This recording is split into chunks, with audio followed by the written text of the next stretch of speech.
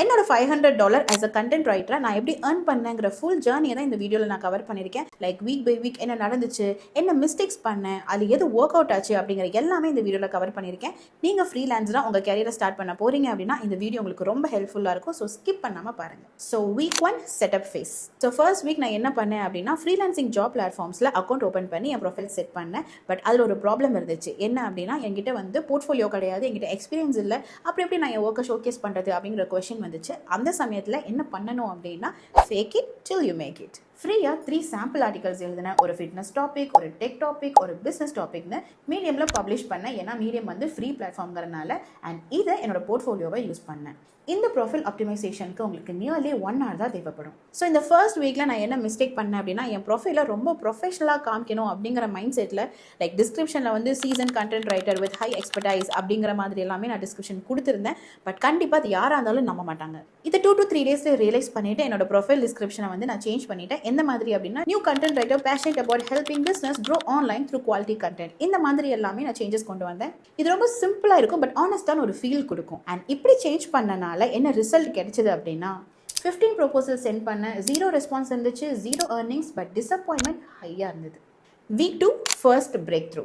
Week 2ல் தான் லைஃப்பில் ஒரு லைட்டே வந்த மாதிரி இருந்துச்சு. ஏன் அப்படின்னா என்னோட ப்ரொபோசல் டெக்னிக்காக மாற்றினேன். ப்ரொபோசல் டெக்னிக் அப்படின்னா ஃபர்ஸ்ட் நான் வந்து லாங் பேராகிராஃப் எழுதுவேன். Like content writer with skills in this that அப்படின்னு சொல்லிட்டு நிறைய லிஸ்ட்டாக எழுதுவேன். பட் கண்டிப்பாக அதுக்கு யாருமே ரிப்ளை பண்ணல. ஸோ இதை ரியலைஸ் பண்ணிவிட்டு என்னோட சாம்பிளை சிம்பிளாக மாற்றிட்டேன். அண்ட் அதுதான் பெரிய கேம் சேஞ்சராக இருந்துச்சு. எந்த மாதிரி அப்படின்னா லைக் பர்சனலாக பேசுகிற மாதிரியும் கொஷின் கேட்குற மாதிரியும். ஸோ அபியூஸாக கொஷின் கேட்டால் கண்டிப்பாக அதுக்கு ரிப்ளை பண்ண தான் போகிறாங்க. அண்ட் இன்னொன்று என்னன்னா ரிலவெண்ட்டான சாம்பிளும் காமிச்சனால. ஸோ இதோட ரிசல்ட் என்னவா இருந்துச்சு அப்படின்னா 25 ப்ரொபோசல் சென்ட் பண்ண 3 ரெஸ்பான்ஸ் வந்துச்சு. அண்ட் எஸ் 2 ஆர்டிகலுக்கு $50 லீட்ஸ் வந்துச்சு. எக்ஸைட்டடாக ஃபீல் பண்ணாலும் எனக்கு அதே சமயம் ரொம்ப பயமாகவும் அந்த சமயம் இருந்துச்சு.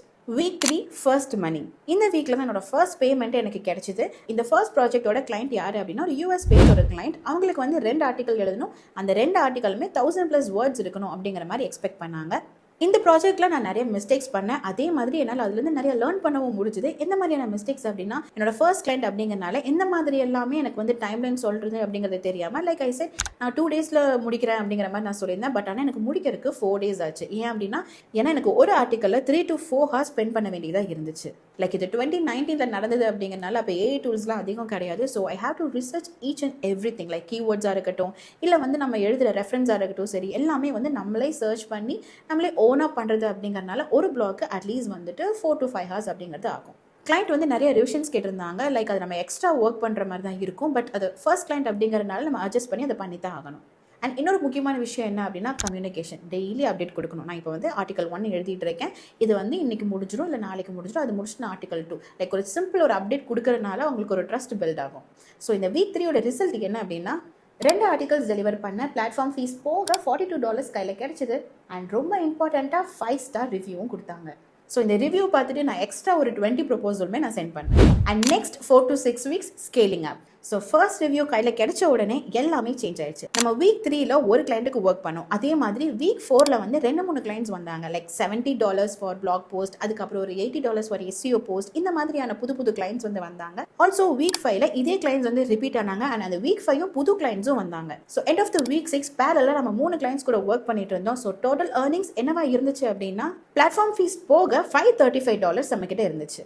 இதில் நான் ஃபாலோ பண்ண கீ ஸ்ட்ராட்டஜிஸ் என்னெல்லாம் அப்படின்னா ஃபர்ஸ்ட் ஒன் ப்ரைஸிங்கை வந்து இன்க்ரீஸ் பண்ணது தான். ஃபர்ஸ்ட் ஆர்டிகலுக்கு வந்து $25 அண்ட் செகண்ட் ஆர்டிகல் வரும்போது 35 அண்ட் தேர்ட் ஆர்டிகல் வரும்போது 50 அப்படிங்கிற மாதிரி நம்ம ப்ரைஸிங்கை வந்து இன்க்ரீஸ் பண்ணிட்டே இருந்தோம்.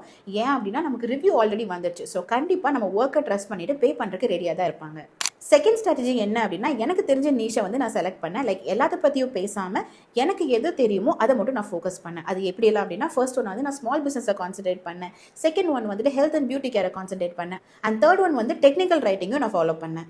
அண்ட் தேர்ட் ஸ்ட்ராட்டஜி என்ன அப்படின்னா டெம்ப்ளேட் யூஸ். லைக் ஒரு ஆர்டிக்கலோட அதே டெம்ப்ளேட் தான் நான் எல்லா ஆர்டிக்கலுக்கும் ஃபாலோ பண்ணேன். லைக் அந்த ஒரு ஆர்டிக்கல் வந்துட்டு நான் ரிசர்ச் பண்ணி லைக் எந்த மாதிரி எல்லாமே வந்து நம்ம எழுதுனா வந்து பீப்புளுக்கு வந்து அதை படிக்க முடியும், லைக் அவங்களுக்கு போர் அடிக்காமல் நம்மளால எழுத முடியும் அப்படிங்கிற ஒரு டெம்ப்ளேட்டை ஃபிக்ஸ் பண்ணிவிட்டு எல்லா ஆர்டிக்கலுக்கும் அதே மாதிரியான கண்டென்ட் தான் வந்து நான் ப்ரொவைட் பண்ணேன். ஸோ அது என்னாச்சு அப்படின்னா என்னோட ரிசர்ச் டைம் வந்து அப்போ கம்மியாச்சு.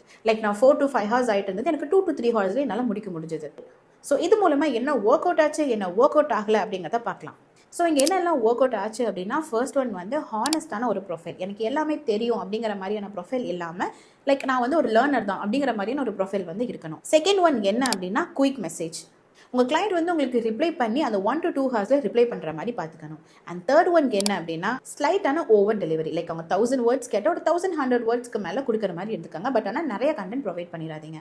அண்ட் ஃபோர்த் ஒன் என்ன அப்படின்னா, பர்சனல் ப்ரொபோசல்.